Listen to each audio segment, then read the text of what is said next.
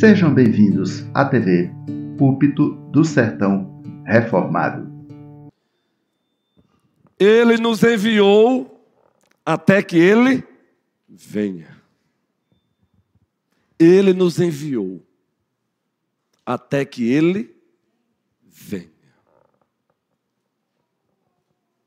E Ele nos enviou para fazermos discípulos. Ele nos enviou para fazermos o quê? Primeira Igreja Presbiteriana de Petrolina.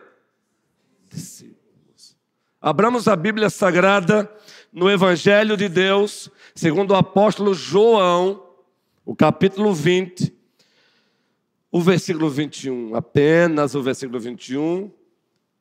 Encerrando a série de sermões temáticos e voltaremos logo aí para sermões expositivos, Josué, o mapa de Deus para a expansão da igreja e o Apocalipse fala hoje. Aí lá na frente, novamente, o bom senso pastoral, vamos dar uma paradinha novamente, mais uma série, e assim a gente vai caminhando. Porque o objetivo é trabalhar para que a igreja continue crescendo em qualidade e em quantidade para a glória dele, Jesus Cristo. O que é que diz o texto? Vamos ler juntos? Disse-lhes, pois, Jesus outra vez: paz seja convosco. Assim como o Pai me enviou, eu também vos envio. Assim como o Pai me enviou, eu também vos envio. E como dissemos pela manhã, Ele nos enviou até que Ele venha para fazermos discípulos. A igreja do Senhor, ela precisa relembrar sempre, ela precisa recapitular sempre, ela precisa trazer à tona com frequência o envio. O mandamento do envio. Ele nos enviou para fazermos discípulos. Aqui nós encontramos, no capítulo 20, versículo 21 do Evangelho de Deus, segundo o apóstolo João, a segunda pessoa da Santíssima Trindade, que assumiu a nossa plena humanidade com exceção do pecado, agora ressurreto, dando essa ordem: assim como o Pai me enviou, eu também vos envio. Mas já no Antigo Testamento nós encontramos o mandamento do envio, a ordem do envio, a teologia do envio. Já falamos aqui num outro momento. Quando o soberano Senhor, Ele traz o primeiro casal à existência, Ele também dá lá uma ordem, uma comissão. Deus os abençoou e disse: multiplicai-vos. Isso é envio. Ele se encontra ali enviando Adão e Eva para multiplicarem. Mas não é a multiplicação pela multiplicação, mas multiplicarem pessoas feitas à imagem e semelhança de Deus. Sejam fecundos, multiplicai-vos, enchei-vos a terra. Envio. É difícil você perceber a teologia do envio em Gênesis, né? Mas está aí, queridos. Sejam fecundos, multiplicai-vos e enchei-vos a terra. Multipliquem e encham a terra de pessoas que reflitam a minha imagem, que reproduzam a minha imagem e que me representem como minha imagem. Então não é multiplicar por multiplicar. Eu vou repetir. Sejam fecundos, multiplicai-vos e enchei-vos a terra. Vejam, fecundidade, multiplicação e o encher a terra. De pessoas que reflitam a minha imagem, é o que Deus está ordenando aqui. De pessoas que reproduzam também a minha imagem, é o que Deus está ensinando aqui. E de pessoas que me representem de acordo com a minha imagem. Me representem bem. Compreendem isso, queridos? Quando vamos para Gênesis, no capítulo 12, lá nós encontramos a ordem do envio, a continuidade disso. Claro, agora pós-queda, a partir do capítulo 3 agora, a humanidade não mais está no primeiro jardim, no jardim do Éden. Ela agora se encontra entre dois jardins, não mais nos jardins. Ela não está no primeiro mais, porque a queda fez com que Deus os expulsasse do primeiro jardim. Mas ela não chegou ainda ao jardim eterno prometido por Deus àqueles que acreditam em Cristo.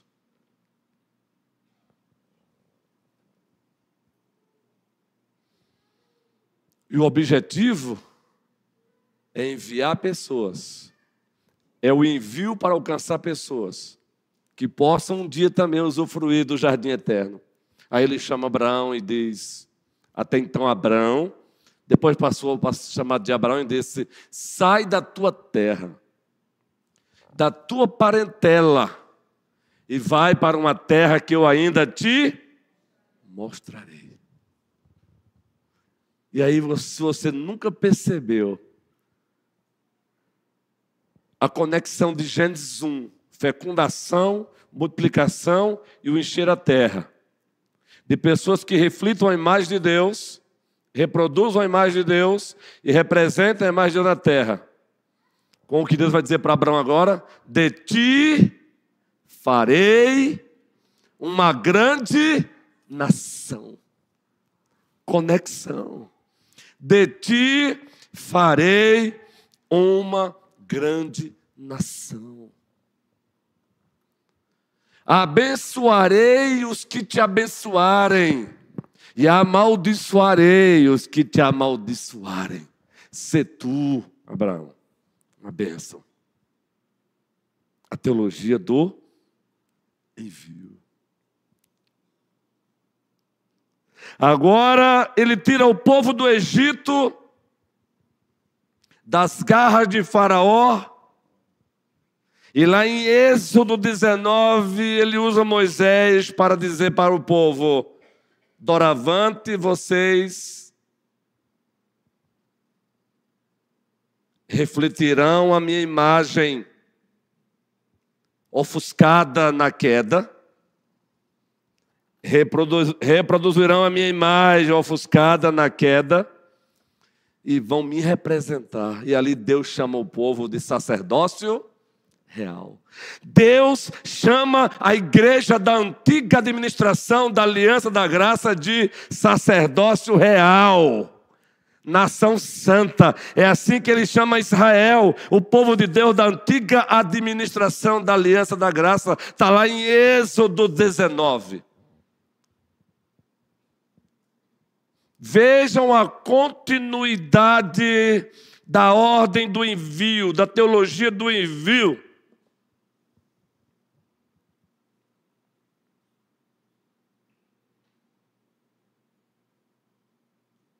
Aí um salto para a nova administração da aliança da graça. Aí encontramos agora o servo sofredor de Isaías 42, Isaías 46, Isaías 47, Isaías 53.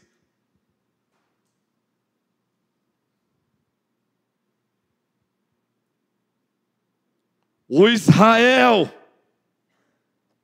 na pessoa de Cristo, morrendo e ressuscitando ao terceiro dia. E antes de ascender aos céus, antes de subir aos céus, o que é que ele faz? Assim como o Pai me enviou, eu vos envio.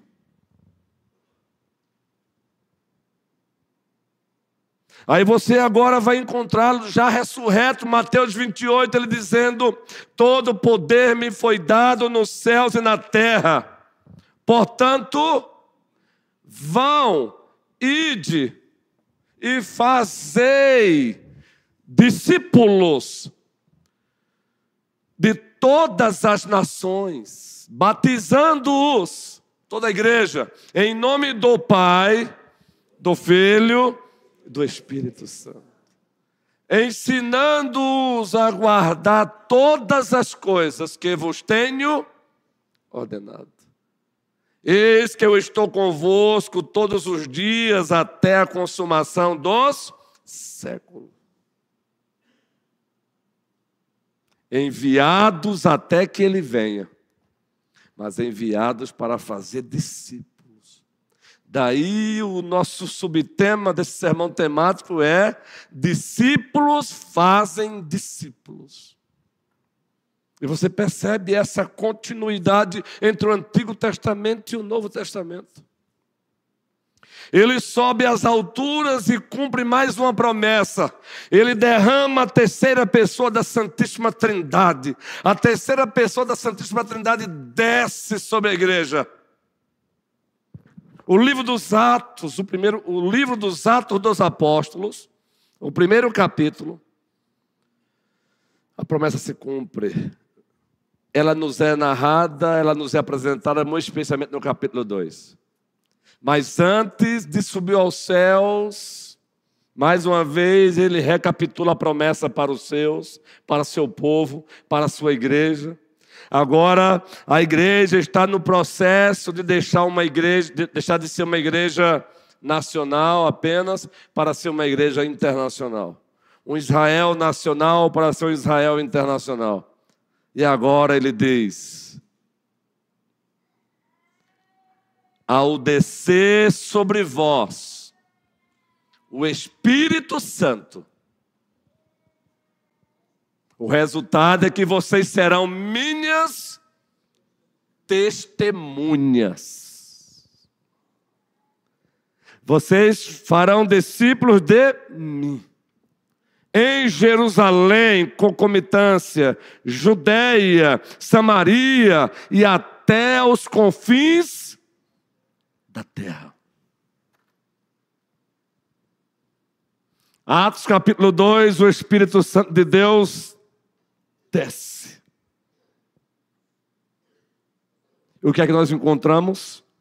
Primeiro sermão pós-Pentecostes, pregado pelo representante do colégio apostólico, Pedro.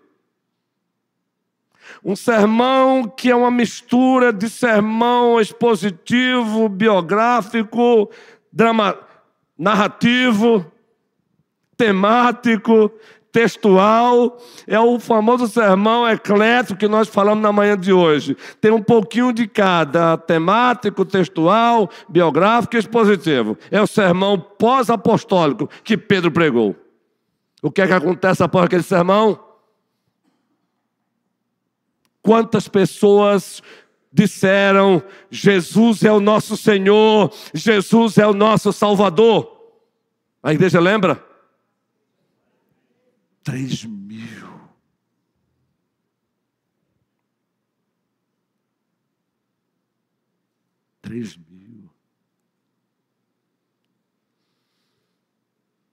Aí vamos para o capítulo 8 do livro dos Atos dos Apóstolos. No capítulo 7, o primeiro mártir da igreja,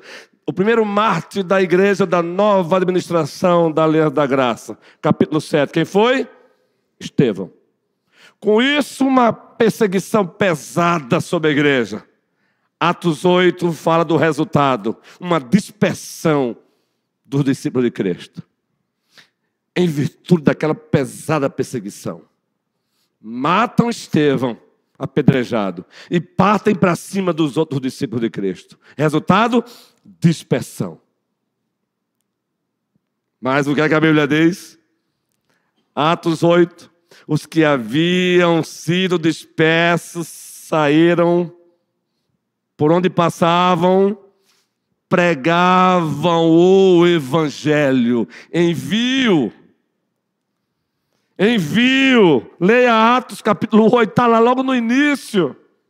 Por favor, permita-me ler esse versículo para vocês, o livro dos Atos dos Apóstolos, o capítulo 8. Observem. Ele nos enviou até que Ele venha. Você tem envio veterotestamentário no Velho Testamento, você tem envio neotestamentário no Novo Testamento. Observem a continuidade. Atos capítulo 8, prestem bem atenção, povo querido, ovelhas do Senhor. E Saulo consentia na morte de Estevão. Naquele dia teve início uma grande perseguição contra a igreja em Jerusalém. Todos, exceto os apóstolos. Eu vou ler na Almeida atualizada. E todos, exceto os apóstolos, toda a igreja, foram dispersos pelas regiões da Judéia e de Samaria. Agora, observe a leitura seguinte. Alguns homens piedosos sepultaram Estevão e fizeram grande pranto sobre ele. Como é bom ser amado, não é? Estevão era um diácono muito querido. Saulo, porém, assolava a igreja, entrando pelas casas e arrastando homens e mulheres, encerrava-os no cárcere. Agora, gente, observe agora isso. Como um narrador é fantástico aí. Toda a igreja. Entre mentes, os que foram dispersos, iam por toda parte, pregando a palavra. Novamente, entre mentes, os que foram dispersos, iam por toda parte, pregando a palavra. Quando o nosso projeto maior é tornar Deus conhecido e vê-lo sendo glorificado, não tem perseguição que nos tire desse foco. Não tem conforto que nos tire desse foco. Ora, eu fico pensando hoje... Nós temos um setor do cristianismo no mundo que ele é totalmente hedonista.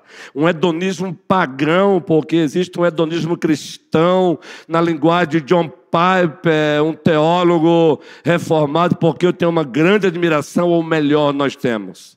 E ele escreveu um livro só falando sobre o hedonismo cristão. Como assim hedonismo cristão? Ele diz o seguinte: Deus nos fez para o prazer.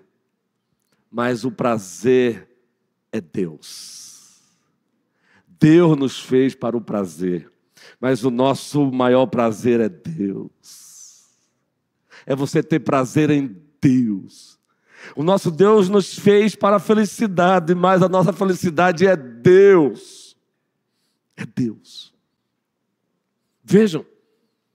Eles tinham na mente, eles tinham a ciência, eles tinham a consciência. Logo, eles praticavam a teologia do envio. Ele nos enviou, gente, até que Ele venha.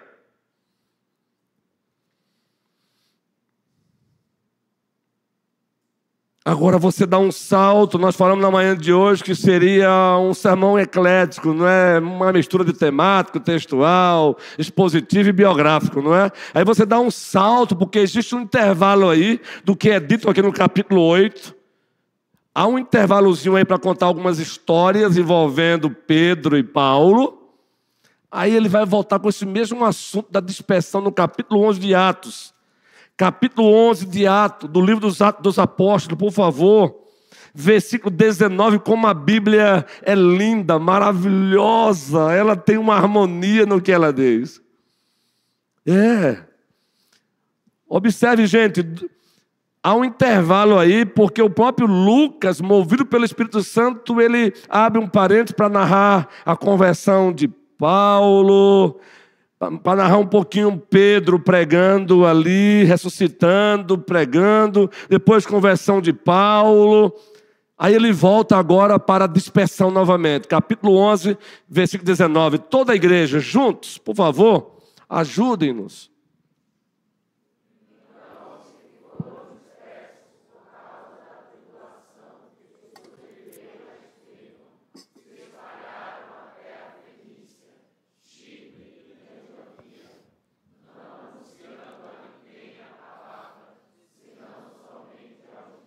Prossigamos a leitura. Alguns deles, porém, e que foram até Antioquia, falavam também aos gregos, anunciando-lhes o evangelho do Senhor Jesus Cristo. Anunciando-lhes o evangelho do Senhor Jesus Cristo. Resultado disso aí, vamos lá agora. A mão do Senhor estava com eles e muitos, crendo, se converteram ao Senhor. Mas eles tiveram que ir.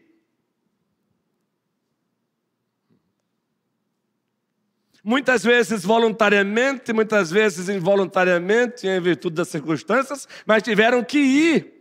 Mas o interessante é que mesmo sendo uma dispersão provocada por uma perseguição, eles não perderam o foco, carinhosamente Cadu. Eles não perderam o foco. Eles não ficaram, e agora? Olha, vamos dar uma pausa aí na missão, porque, olha, nós não estamos mais em Jerusalém, precisamos arrumar emprego no nosso linguajar, precisamos procurar casa para morar. Não que essas coisas não tivessem o seu lugar, mas nunca elas devem tomar o lugar do maior projeto, que é o projeto de Deus, que é torná-lo conhecido e vê-lo sendo glorificado. Olha o resultado disso aí. Veja o resultado disso aí. Conversão.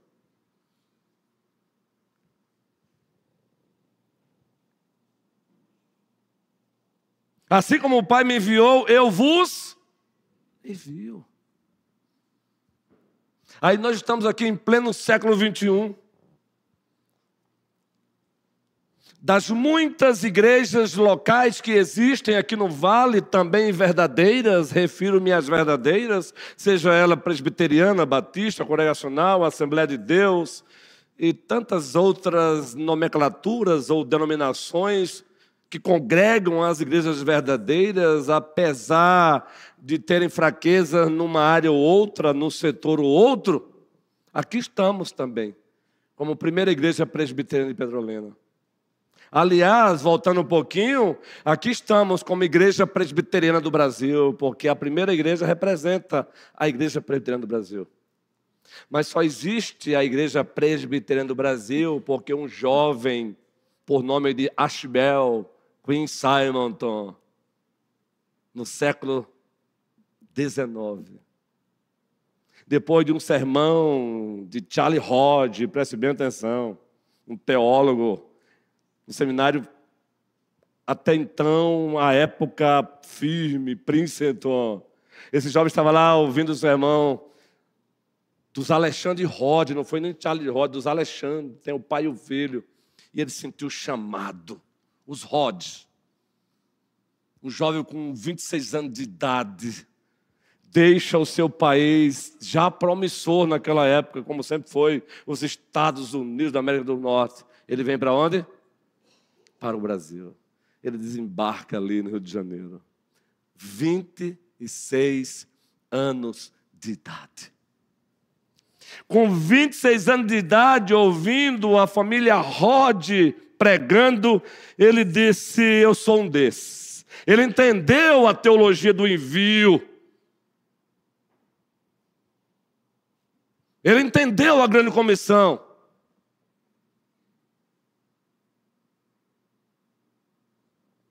Pregou. Hoje aqui estamos. 1 milhão de membros, mais ou menos, a IPB tem hoje. no Brasil. Porque um jovem de 26 anos de idade, num seminário conhecido como Príncipe, hoje liberal, infelizmente, uma parte, entregue ao liberalismo e às ideologias diabólicas, satânicas, e contra as quais vamos lutar sempre. A palavra final na igreja aqui vai ser sempre do dono da igreja, Jesus Cristo. Aí você está aqui hoje. Sabe por quê também? Servo do Senhor, nos anos 90, pela Junta de Missões da IPB, se colocaram à disposição do Senhor e vieram plantar esta igreja aqui. Nos anos 90. Alguém também disse, a semelhança de Ashbel Greenside, alguém disse, continuou dizendo, eis-me aqui, Senhor, envia-me a mim. Entendem, queridos? Primeira Igreja Presbiteriana de Petrolina, em o nome do Senhor Jesus Cristo, estamos aqui para um projeto maior. Ninguém vai tirar esse foco nosso.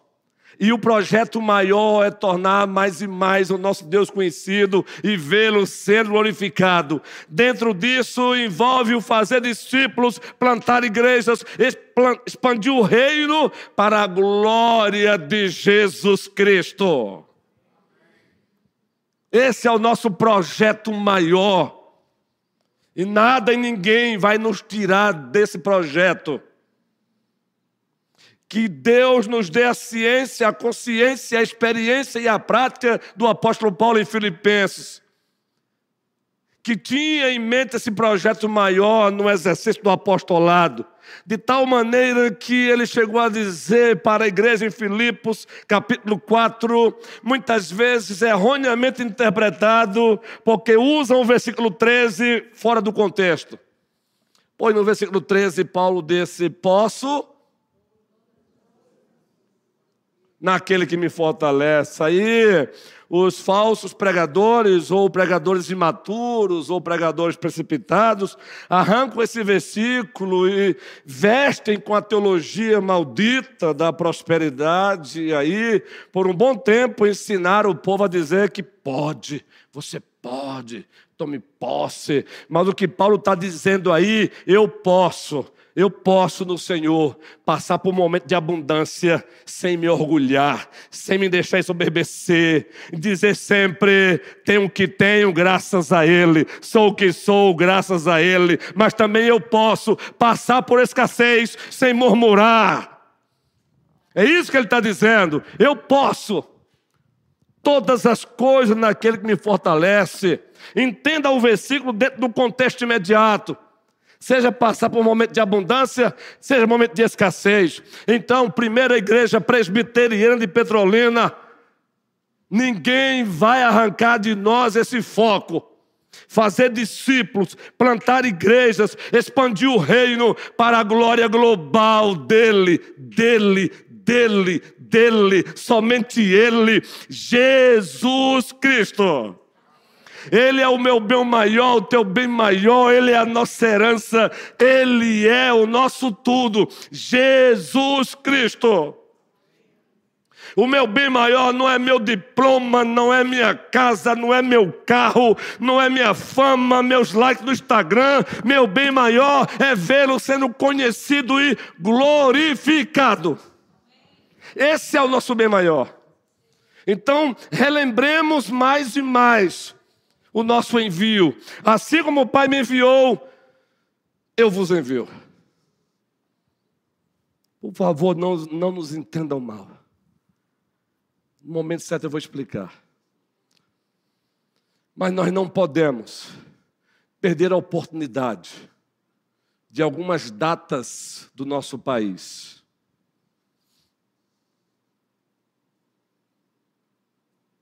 Sem deixar de sabiamente, prudentemente, no lugar certo, o cuidado para estar no mundo sem ser do mundo,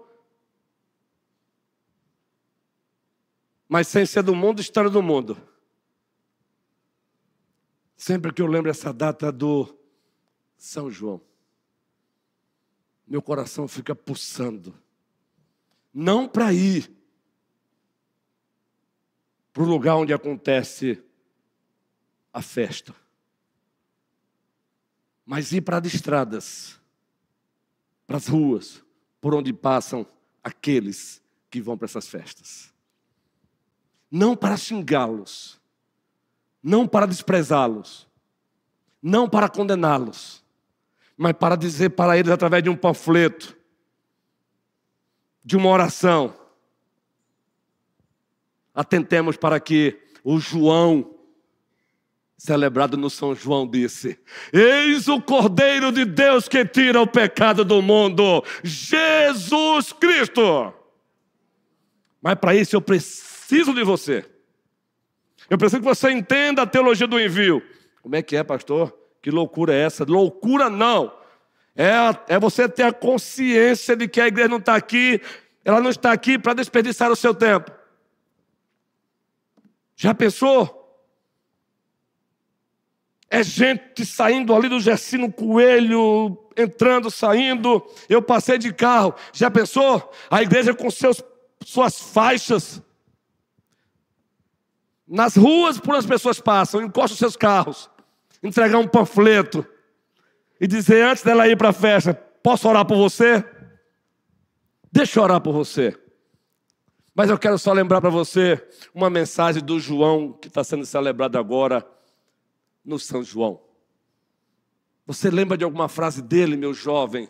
Veja que frase linda: eis o Cordeiro de Deus que tira o pecado do mundo. Mas a igreja precisa ter maturidade para isso. Mas a igreja precisa ser treinada para isso. Mas a igreja também precisa se entregar para isso.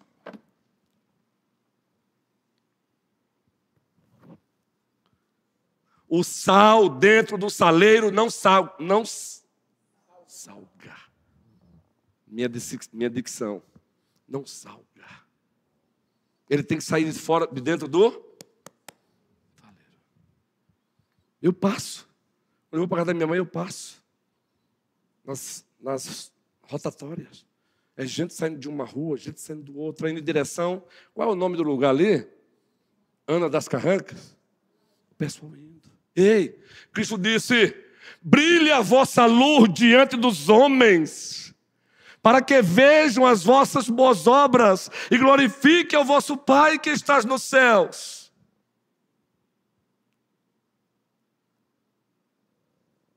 A transformação é de dentro para fora e não de fora para dentro.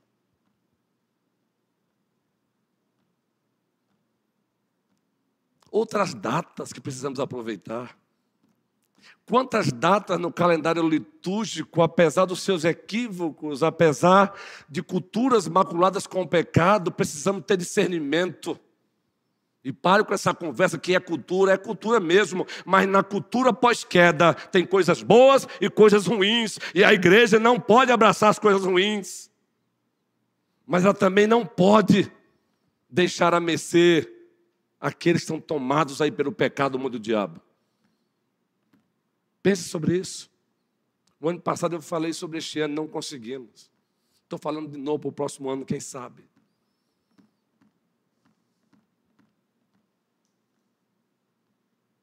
Henrickson, bora. Eu vou estar lá também, eu gostei do estalo do dedo. O MP, SAF.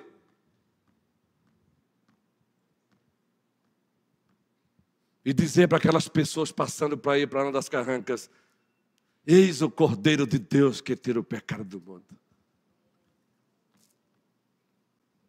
Agora,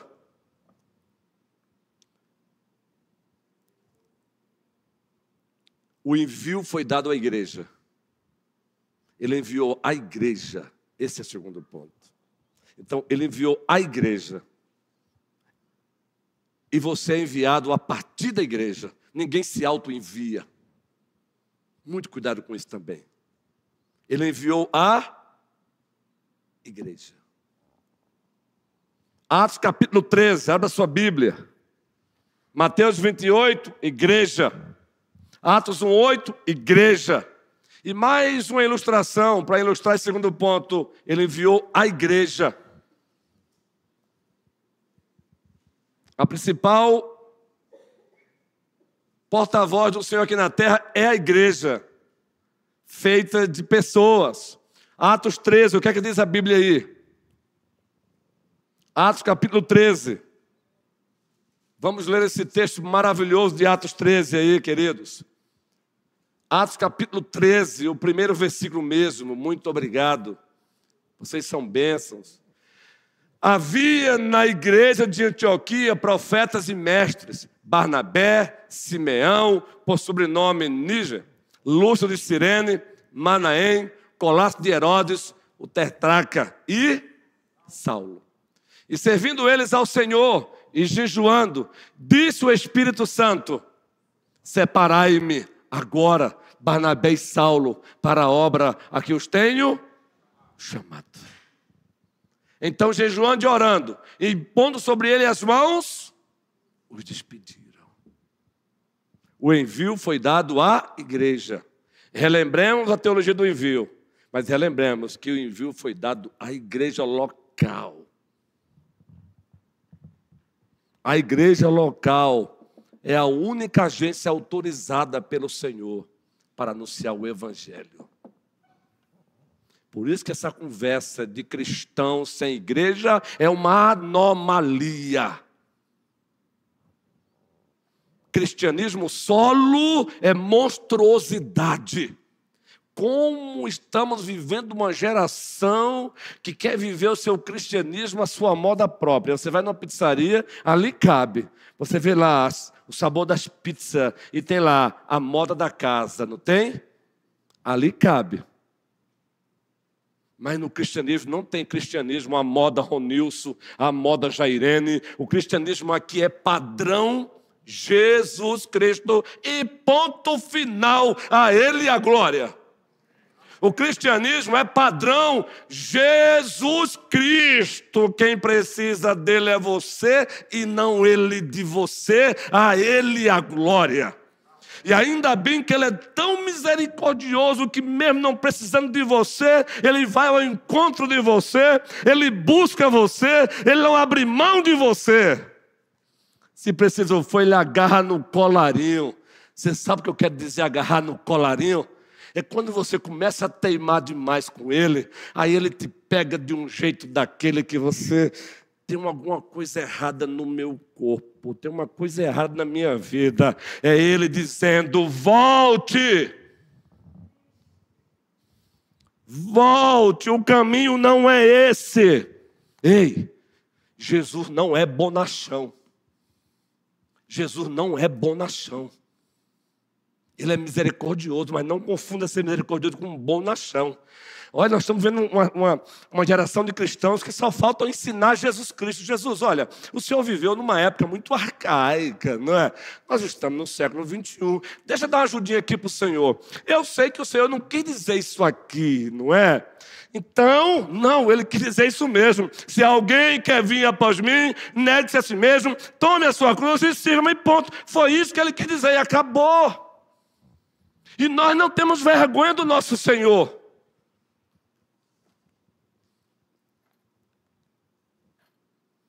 Ele autorizou a igreja. Agora, nós temos praticado isso?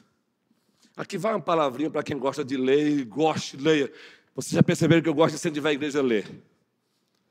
Aqui eu posso falar com muita tranquilidade para não praticar ufanação, que Deus condena. Estão diante de um pastor que ama a leitura. Eu amo leitura, e aí de mim se eu não gostasse. Não tem sentido pastorado e não gostar de ler. Pastorado e não gostar de ler, opa. Agora, cuidado. Leitura é meio, livro é meio. Eu não devo amar a pregação mais do que as pessoas para quem eu prego. Eu devo amar as pessoas para quem eu prego. A pregação é meio. Não é o livro pelo livro, mas é o que eu vou fazer com o conteúdo dele para edificar a igreja do meu Senhor. Então, muito cuidado, viu? Não transforme meios em fins. Não fique a vida toda só lendo, sem praticar. Jesus Cristo disse, tornai-vos, usando Tiago, tornai-vos praticantes da palavra, e não somente ouvintes, enganando-vos a vós mesmos. Enganando-vos a vós mesmos. Cuidado, viu? A Bíblia não está aqui para encher o teu cabeção, não. Ela está aqui para transformar você. Agora, volte para João, capítulo 1. Estou caminhando para o encerramento. Envio, e o envio foi dado à igreja. O envio, e o envio foi dado a quem? À igreja. Para fazer discípulos. Façam discípulos. Fazei discípulos. O Senhor Jesus não me mandou fazer admiradores dele. Preste bem atenção com muita sensibilidade no coração. O que vai de ter admiradores de Jesus Cristo, ouvindo de Jesus Cristo naquele dia, eu nunca te conheci. Quem é você mesmo? Ele não está em busca de admiradores, porque ele não precisa de admiração. Ele é Deus, você querendo ou não. Ele é o Senhor, você querendo ou não. Ele é dono de tudo, você querendo ou não. Ele está em busca de discípulos.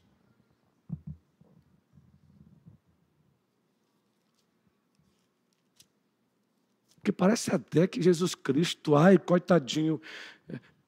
Muitas vezes confundimos Jesus como Deus da mitologia grega, que gostava de ser bajulado, não estava nem aí para a vida do adorador.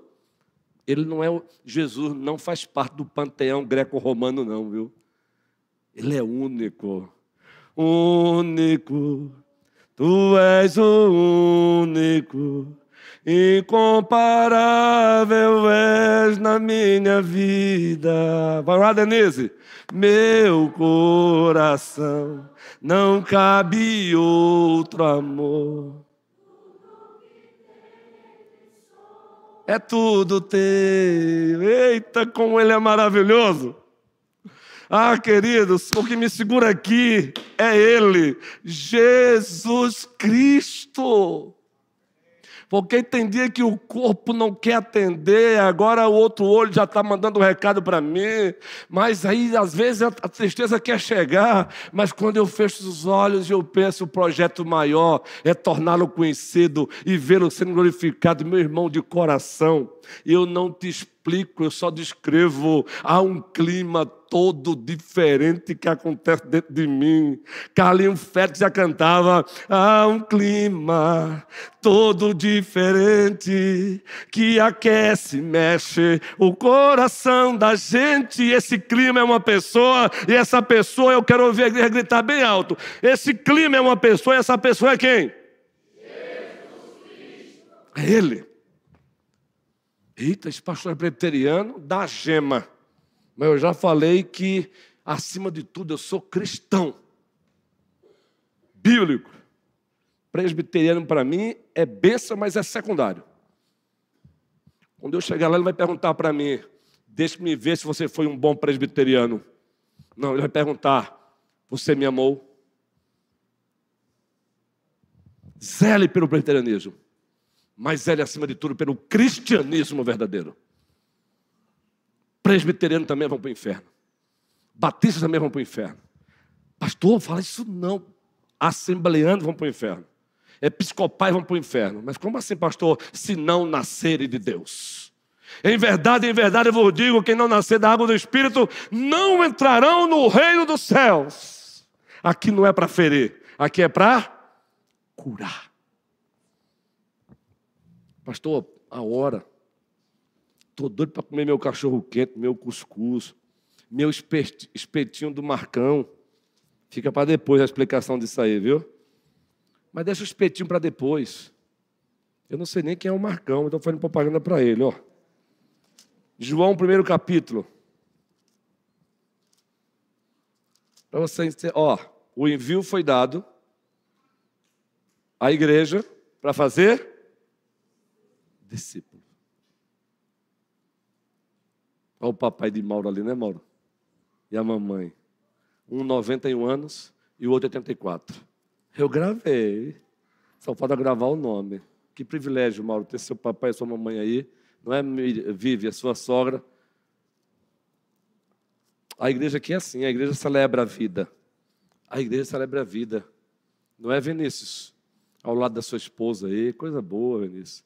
Vinícius, você é dessa casa, Vinícius. É. Você nasceu aqui, você sabe disso. É. Você é filho desta casa, Vinícius. Lembre sempre disso. Eu sei que você lembra, mas você é filho dessa casa. Ao Senhor toda glória.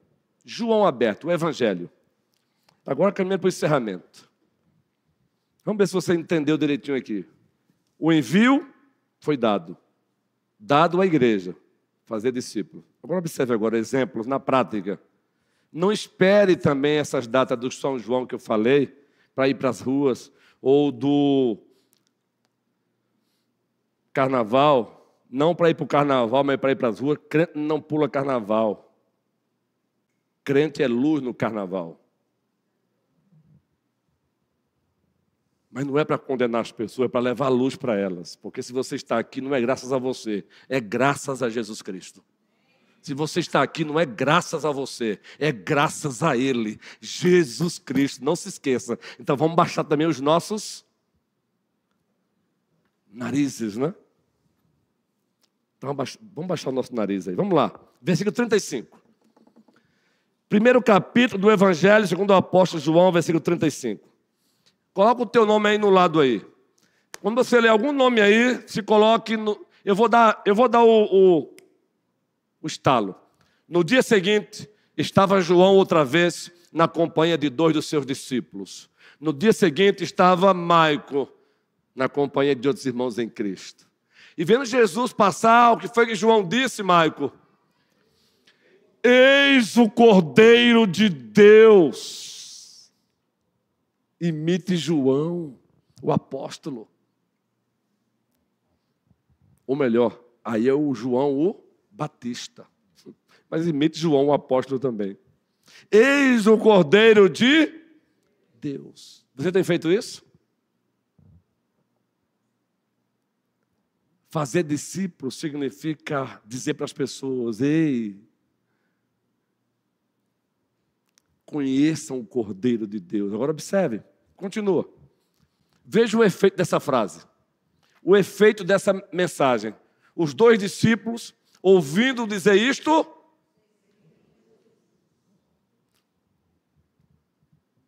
como crerão naquele de que nada ouviram? Está onde esse texto? Vamos lá, crentes. Tiago, Cassiano, saudade de vocês, viu? Estou de olho. Vocês são preciosos. Onde é que está esse texto, gente?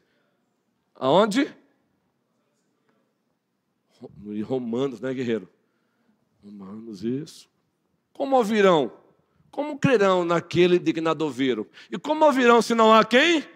E João disse: eis o Cordeiro de Deus, presbítero Rogério, presbítero Manuel, presbítero Adualdo, presbítero Jorge, ele está aqui. Jorge Guerreiro, tem que ser assim agora, Guerreiro, na base do... Agora o texto continua. Vamos lá. E Jesus, voltando-se, vendo que o seguiam, disse-lhes: que buscais? Disseram-lhe: Rabi, que quer dizer mestre, onde assistes? Respondeu-lhes: vinde e vede. Vinde e vede. Foram, pois, e viram onde Jesus estava morando. E ficaram com ele aquele dia, sendo mais ou menos a hora. O papo foi bom, hein? Agora observem. Se coloca no lugar de André. Se colocou no lugar de João, o Batista. Agora se coloca no lugar de André. Tira o nome agora, bota o teu nome agora. Era André, o irmão de Simão Pedro. Um dos 2 que tinha ouvido o testemunho de João e seguido. Observe agora o que vai acontecer, André. Observe. Ele achou primeiro o seu próprio irmão, Simão, a quem disse toda a igreja: achamos o Messias, que quer dizer Cristo. E fez o que em seguida? Ele só disse para Pedro: achamos o Messias. Ele disse o quê? e levou-o a Jesus. Discípulos fazem discípulos, discípulos fazem discípulos. Olha só, ele levou seu irmão a Jesus Cristo. Ele não só disse, achamos o Messias, ele o levou a Jesus Cristo, queridos. Isso é maravilhoso. E Pedro se tornou o que ele se tornou. O Pedro de Atos 2, pregando pós-Pentecoste, 3 mil homens convertendo. Será que André tinha isso? André imaginava que ia acontecer isso? André evangeliza o seu irmão Pedro. E Deus levanta Pedro como apóstolo. Pós-Pentecoste, prega uma mensagem no poder do Espírito Santo. 3 mil almas se renderam a Cristo. Entende agora? Pule o texto aí, versículo 43. Mesmo capítulo, versículo 43. Sonoplastia abençoada. No dia seguinte, imediato, resolveu Jesus partir para a Galileia. Toda a igreja. E encontrou a quem disse? Quem encontrou Filipe? O próprio Jesus. E disse, segue-me. Agora observe a sequência, Sônia. Ora, Filipe era de Betsaida, cidade de André e de Pedro. Todos juntos agora, gente.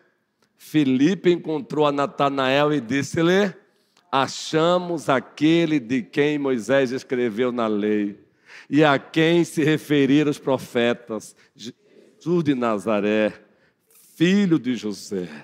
Vejam a resposta de Natanael. Marta.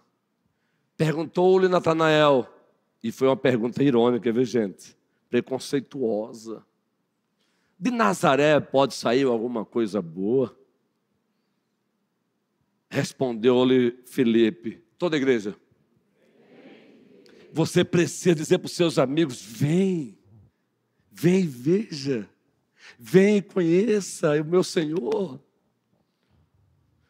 Eu quero te levar na minha igreja, para você ouvir falar do meu Senhor.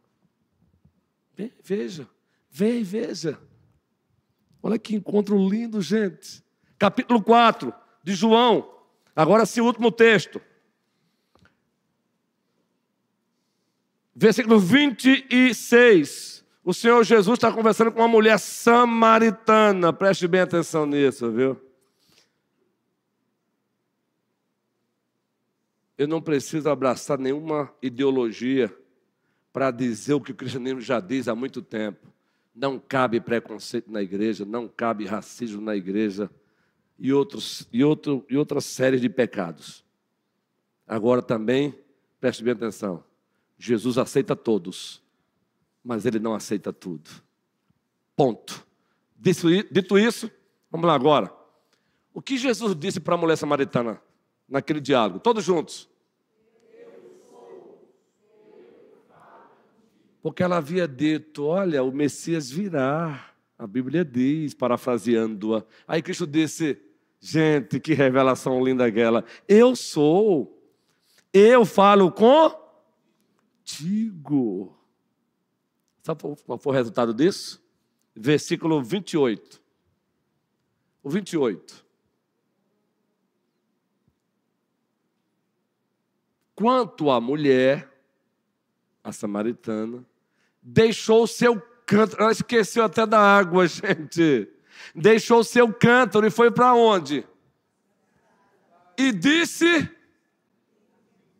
o que disse? Ela disse, vinde comigo e vede um homem que me disse tudo quanto tenho feito. Será este, porventura, o Cristo?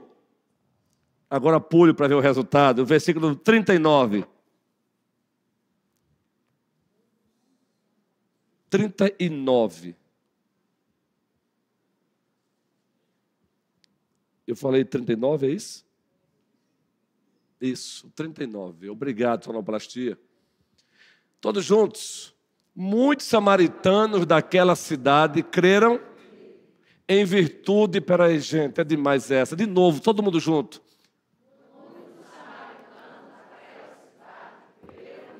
Bem forte, em virtude do testemunho da mulher que anunciara, ele me disse tudo quanto tenho dito ou feito. E para encerrar de vez, o 42, o testemunho da mulher levou os seus compatriotas samaritanos a acreditarem em Jesus. E o 42, e dizia a mulher: já agora não é pelo que dissestes que nós cremos, mas porque nós mesmos temos ouvido e sabemos que este é verdadeiramente o Salvador do mundo. Aleluia! Ei, se coloque no lugar da mulher samaritana. Ei, meninas, ei, mulheres, testemunhe do teu Senhor. Não desperdice o seu tempo. O seu projeto maior como mulher é testemunhar do teu Salvador. Seja na escola, na universidade, na empresa, até nos momentos de entretenimento, testemunhe do teu Senhor. Ei, jovens, meninos, carinhosamente falando, ei, jovens, o projeto maior da vida de vocês é testemunhar de Jesus Cristo. Sejam Andrés, sejam Filipes, levem outros a Cristo. Ei, homens, mulheres, jovens, crianças, Ele nos enviou até que Ele venha. Então vamos, pé no acelerador. E esta igreja está com o pé no acelerador, no poder e pelo poder do Espírito Santo, de tal maneira que já decidimos hoje, como colégio pastoral, para alegria de toda a igreja e também de Vera Plácido, que é uma das promotoras do Perspectiva. Todo o conselho vai participar. Decisão tomada. Deus seja... O Perspectiva é um trabalho voltado, é um curso para capacitação da igreja e da liderança. Liderança capacitada, igreja, liderança capacitada, liderança capacitadora. Liderança capacitadora, igreja capacitada. Liderança capacitada, liderança capacitadora. Liderança capacitadora, uma igreja... Deu para gravar agora? Eu gosto dessas frases. Eu só vou parar se vocês memorizarem comigo. Aí eu paro o sermão. Vamos lá. Se toda a igreja citar, aí eu paro o sermão. Liderança capacitada, liderança capacitadora. Liderança capacitadora, igreja capacitada. Agora é o ensaio, de pé. Agora vai ser de pé, bem forte. Vamos lá, para valer. Vamos lá, gravou? Isso vai ser postado amanhã, vou fazer um postzinho, vamos lá. Liderança.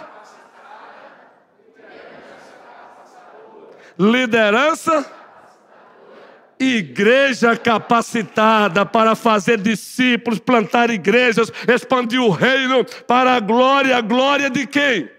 Jesus Cristo. A Ele a glória para sempre, amém.